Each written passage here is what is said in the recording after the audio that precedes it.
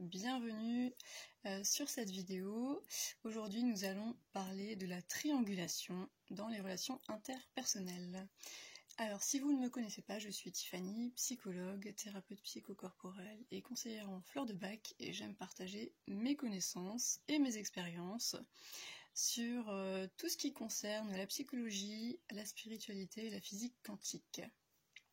Alors aujourd'hui, nous parlons de la triangulation. Alors, triangulation, qu'est-ce que c'est? Alors, si vous cherchez un petit peu sur internet, vous allez trouver plusieurs choses plus ou moins similaires. Moi, je vais surtout parler de la triangulation comme technique de manipulation dans les relations. Et vous allez comprendre. En fait, donc j'ai vécu ça dans au moins 2 relations différentes, avec 2 personnes différentes, avant de comprendre ce que c'était et de pouvoir le repérer, le déceler dès que ça se mettait en place. Donc je vais vous expliquer. Donc la triangulation, c'est quoi?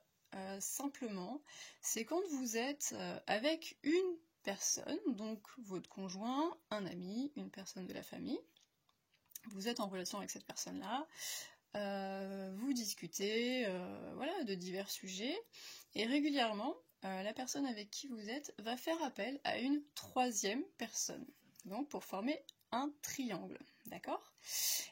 Alors pas seulement pour, c'est pas quand on parle d'une 3e personne, un tel a fait ci et ça, non c'est pas ça, c'est quand on fait appel à une personne pour l'utiliser dans un but bien précis. Et vous allez voir. Donc, par exemple, je fais appel à telle personne, un tel a dit que, donc voilà, on rapporte ces paroles, mais ça va être pour, par exemple, vous faire croire quelque chose, par exemple, pour vous emmener dans une certaine direction, pour vous faire prendre une décision. Non mais tu sais qu'un tel dit ça de toi, elle n'a pas des bonnes intentions, méfie-toi d'elle, ce genre de choses. Donc pour vous vraiment là manipuler votre opinion et vous faire aller dans un sens ou dans un autre. Ou alors, encore plus insidieux, ça va être pour vous manipuler directement en l'utilisant pour vous mettre en compétition avec. Alors ça peut être d'un point de vue positif ou négatif. C'est-à-dire que on fait appel à une 3e personne, X ou Y, pour vous glorifier. Donc là, en fait, vous allez baisser votre regard puisque vous vous êtes mis sur un piédestal. Un tel, elle est tellement moins intelligente que toi, et puis toi, t'es tellement plus belle, et tu parles mieux, et c'est vraiment plus agréable de passer du temps avec toi. Donc là, si vous avez une estime de vous-même un petit peu vacillante, vous allez tomber dans le piège vraiment les 2 pieds dedans. Parce que ça va vous faire du bien, vous allez vous sentir bien, d'être ainsi, voilà, on vous donne de la valeur, l'autre vous donne de la valeur. Le problème c'est que l'autre vous donne de la valeur par l'intermédiaire d'une 3e personne, d'accord? En vous mettant en comparaison, en vous mettant en quelque sorte en compétition inconsciemment avec cette personne, c'est-à-dire que vous allez, en fait votre valeur elle est conditionnée à l'autre, d'accord? Vous êtes mieux que, vous êtes plus que. Alors que quand on parle de quelqu'un et qu'on peut apprécier ses qualités, on peut très bien apprécier et parler de ses qualités sans faire appel à quelqu'un d'autre, d'accord? Sans faire appel à de la compétition, de la comparaison et à cette 3e personne. Et vous allez voir à quoi ça sert. En fait, si vous êtes touché par ça et que ça vous fait tellement de bien, l'autre peut l'utiliser plus tard, lors d'une dispute, pour dire, par exemple, et vous allez voir comme c'est pervers, ah mais finalement, t'es pas si différente que X ou Y. Et alors là, vous tombez de votre piédestal, hein, qui était conditionné à ce que, justement, vous étiez beaucoup mieux que cette personne, et vous étiez tellement plus belle et tellement plus intelligente, etc.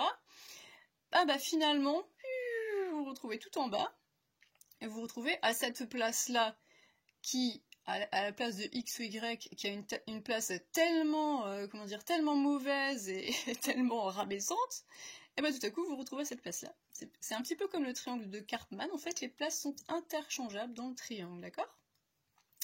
Et donc, le meilleur moyen de ne pas tomber dans ce piège-là, c'est d'avoir une bonne estime de soi. Parce que si on a une bonne estime de soi, quelqu'un peut nous comparer à n'importe qui d'autre, mais on s'en fiche en fait, en bien ou en mal.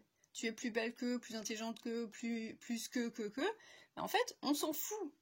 Moi, je veux pas être plus que quelqu'un d'autre. Je ne me compare pas aux autres. Ma valeur, elle n'est pas conditionnée. Je ne suis pas en compétition avec les autres. Ma valeur est ce qu'elle est. Peu importe que l'autre soit différent de moi. D'accord? Donc ça, c'est hyper important d'avoir une bonne estime de vous-même si vous ne voulez pas tomber dans le piège de la manipulation. Et la deuxième chose, c'est écouter vos émotions négatives. Donc là, je vous renvoie à ma vidéo « À quoi servent les émotions négatives ?» Moi, ça m'a vachement aidé. C'est que quand je me suis retrouvée à cette place où donc j'étais glorifiée en comparaison avec quelqu'un d'autre et que tout à coup, je me retrouvais à sa place où finalement, ah mais t'as des points communs quand même avec elle. Alors là, ça m'a mis dans une colère. Mais une colère qui signifiait, là, t'es en train de te faire manipuler, en fait. Là, on utilise l'autre, encore une fois, on utilise un tiers pour venir aller chatouiller voilà, ton narcissisme, et puis t'es plus que, ou t'es moins que, finalement t'es pareil, mais qu'est-ce qu'on s'en fiche, en fait. D'accord? Donc, à un moment donné, il faut dire stop et sortir de là et dire maintenant ça suffit. Qu'est-ce qu'elle fout là en fait cette troisième personne à chaque fois alors qu'elle est même pas là. On fait appel à elle juste pour aller. On sait pas trop pourquoi, quelles sont les intentions, mais en tout cas c'est pour manipuler émotionnellement l'autre personne en fait. Ça sert à rien de faire ça. Et si quelqu'un vous parle d'une autre personne en disant un tel a dit que sur toi par exemple, un tel a dit que, et puis tu sais il m'a dit ça, il m'a raconté ça, et puis il a dit ça de toi, bah la seule chose à faire, c'est dire ah bah tiens ça tombe bien, j'ai son numéro, je vais l'appeler pour mettre ça au clair. Voilà.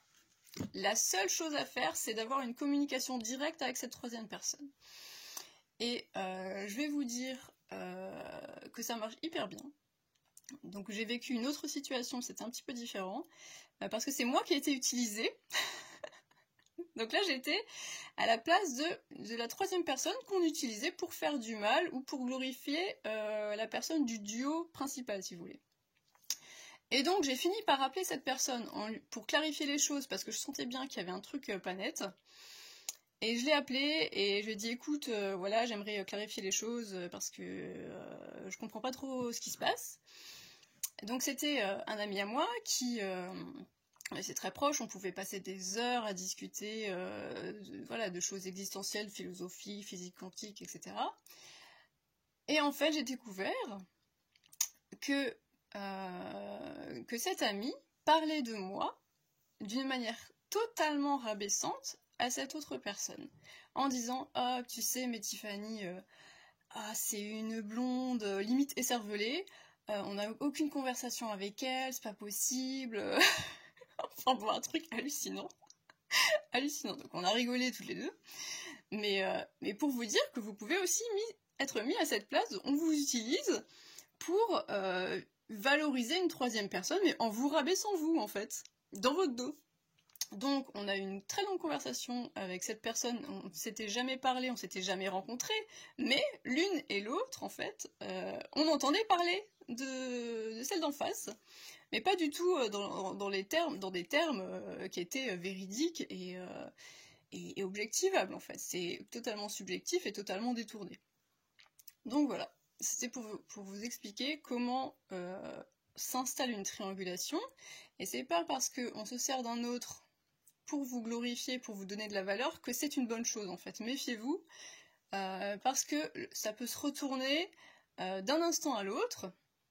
Donc ce qui sert pour vous faire du bien peut servir pour vous faire du mal, voilà, en une fraction de seconde en fait. Il suffit de retourner le truc et hop, c'est bon. Et comme l'appât est déjà enclenché, comme vous avez déjà un pied dedans parce que vous, ça vous fait du bien, parce que vous avez une mauvaise estime de vous, et ça va vous faire très très mal en fait. Si ça se retourne, ça fait très mal. Donc, la première chose à faire, c'est de renforcer son estime de soi, ne jamais se comparer et ne jamais se laisser comparer aux autres, d'accord ? Moi, je me fiche d'être plus intelligent, plus beau, plus sympathique, je suis moi, et c'est très bien. Et ça me convient comme ça, c'est à prendre ou à laisser. Et la deuxième chose, c'est d'écouter vos émotions négatives. Quand vous avez une colère qui monte, ça veut dire qu'il y a quelque chose qui se passe. Quand tout à coup, ou l'autre arrive à vous rendre triste, à vous faire mal, vraiment à toucher vos points sensibles, là aussi ça doit être un signal d'alarme. Surtout s'il en profite pour vous dire que vous avez quelque chose à guérir ou à régler. Non, non, non, j'ai rien à guérir ou à régler, j'ai juste à écouter mes émotions négatives en fait, d'accord? Donc faites-vous confiance et faites confiance à vos émotions. Donc c'était ma vidéo du jour. N'hésitez pas à réagir, à liker, à me faire part aussi de pourquoi pas vos expériences, si ça vous parle et si vous avez vécu ce genre de choses. Et je vous dis à très bientôt. Au revoir.